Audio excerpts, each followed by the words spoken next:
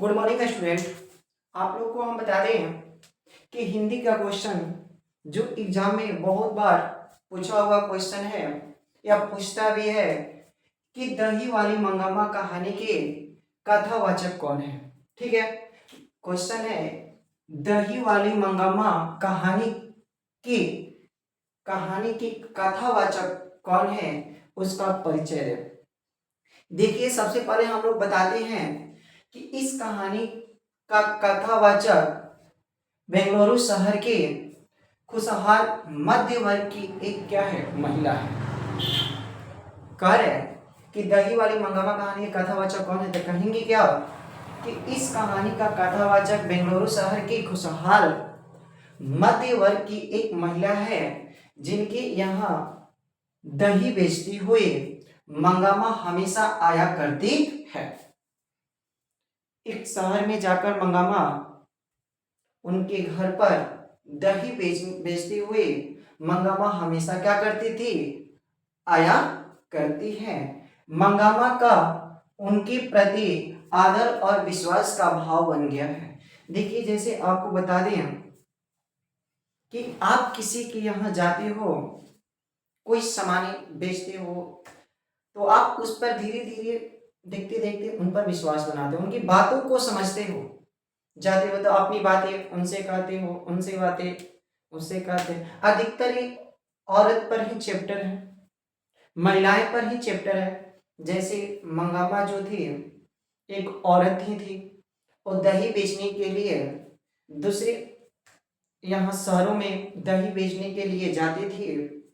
ठीक है, और वहां पर एक कथावाचक जैसे मध्य वर्ग की एक महिला है, वो महिलाएं से वो महिला उनसे दुखी कहती है और बेचने वाली जो महिलाएं मंगामा है उनसे उनकी बातों पर विश्वास कर कर अपनी बातों को कहती है। ठीक है, हमेशा आया करती है। मंगामा का उनके प्रति आदर और विश्वास का भाव बन गया है। मतलब मंगामा को उनके ऊपर विश्वास बना हुआ है और उस महिला का विश्वास मंगामा के ऊपर बन गया है। ठीक है, आदर और करे विश्वास का भाव बन गया है। मंगामा अपने दुख सुख उन्हें सुनाया करती है। मंगामा जो है उस महिला को, कथावाचक महिला को अपनी दुखी क्या करती है, सुनाती है। जैसे आप लोग को पता है कि एक औरत अपनी दुख दूसरे औरत को सुनाती है, तो वही औरत जो है अपनी दुख उनसे सुनाती है। दोनों में अपनी बातों को क्या करती है, बांटती रहती है। ठीक है, यानी विश्वास पर सोचती है कि हम अपनी बातें कहेंगे तो वो किसी से ना कहे, ये बातें उनसे ना कहे। ठीक है, अपनी विश्वास को, अपनी बातों को दूसरे के यहाँ की बातें यहाँ करना, इन सबों का अधिकतर काम होता है। ठीक है, करेगी अपनी दुख सुख उन्हें सुनाया करती है, अपनी इच्छाएं और अनुभव उन्हें बताया करती है, और उन्होंने अपनी इच्छा, अपनी अनुभव जो उनके जीवन में हुआ है, वो बातों को, अनुभवों को मंगामा को क्या करती है, बताती है। ठीक है, करेगी बताया करती हैं, क्योंकि वे सहानुभूति पूर्वक मंगामा की बातें सुनती हैं।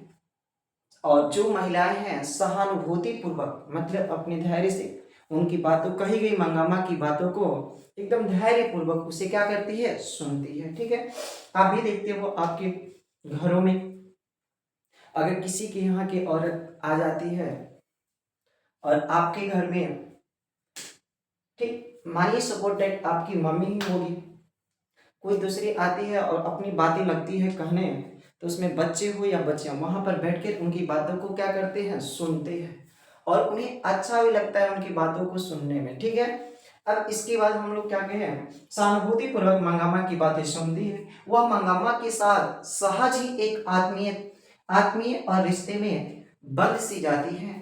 अपने से ऊंची पढ़ी लिखी और समझदार शहरी को पाकर मंगामा मुश्किलों में उनसे सलाह लिया करती है। बात सही है।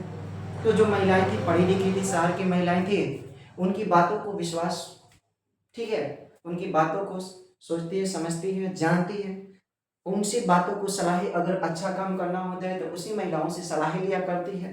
ठीक है, मुश्किलों में उनसे सलाह लिया करती है।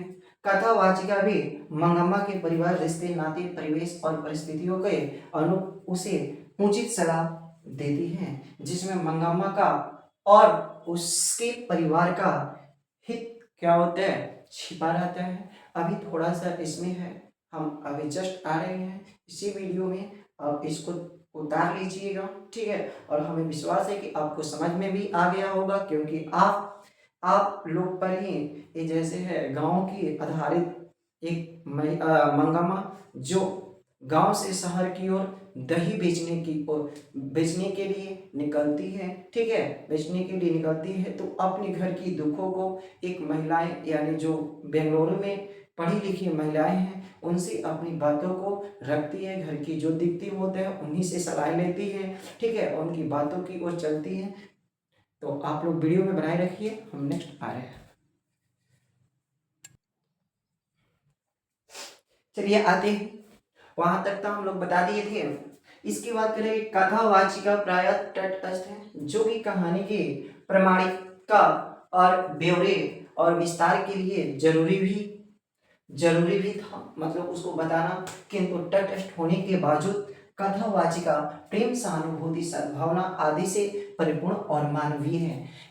ये बताना चाहते हैं कि अगर कथावाचिका अच्छे हैं तो आपकी ज्ञान भी अच्छे देंगे। नहीं आप चले जाते हैं किसी दूसरे के घर, अगर अपनी बातें उनसे अपना समझकर कहते हैं, अपनी गलतियां उनसे जाकर कहते हैं, तो पता चलता है कि अगर कथावाचिका आपकी बातों को सुनकर उनके पास सहानुभूति ना हो तो वो दूसरी, जैसे आप ही के घर में किसी दूसरे से कह देती है, तो पता चलता है कि आप घर में आते हैं और आप में और उन दोनों में कुछ ना कुछ मतभेद हो जाता है, ठीक है। तो इसलिए आप अपनी बातों को सोच समझकर ऐसे लोगों के पास कहिए कि जो कि पढ़े लिखे हो, उनके पास सहानुभूति हो, समझने की क्षमता हो। जैसे मंगामा ने एक पढ़ी लिखी औरत के बीच अपनी बातों को कही और उन्होंने उन बातों को, ठीक है, सद्भावना और सहानुभूति,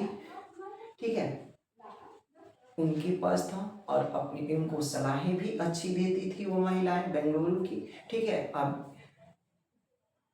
यही हमें इस चैप्टर से सीख मिला कि अपनी बातों को कहीं पर वैसी जगह पर कहिए जहां आपकी बातों को समझा जाए, वो समझती थी, सुनती थी, ठीक है। वहां से आपकी बातें खराब लगी तो उसे समझाती भी थी, ठीक है, अच्छी लगी उन बातों को भी समझें। यही हमारी है और लॉन्ग क्वेश्चन है, आप इसे समझ गए होंगे, हमें पूर्ण रूप से विश्वास है। और आपके लिए बिहार बोर्ड क्लास 10 के लिए इम्पॉर्टेंट भी है। दही वाली कह रहे कि दही वाली मंगामा की कथावाचक के बारे में आप क्या कीजिए, इसे बताइए। जय हिंद, जय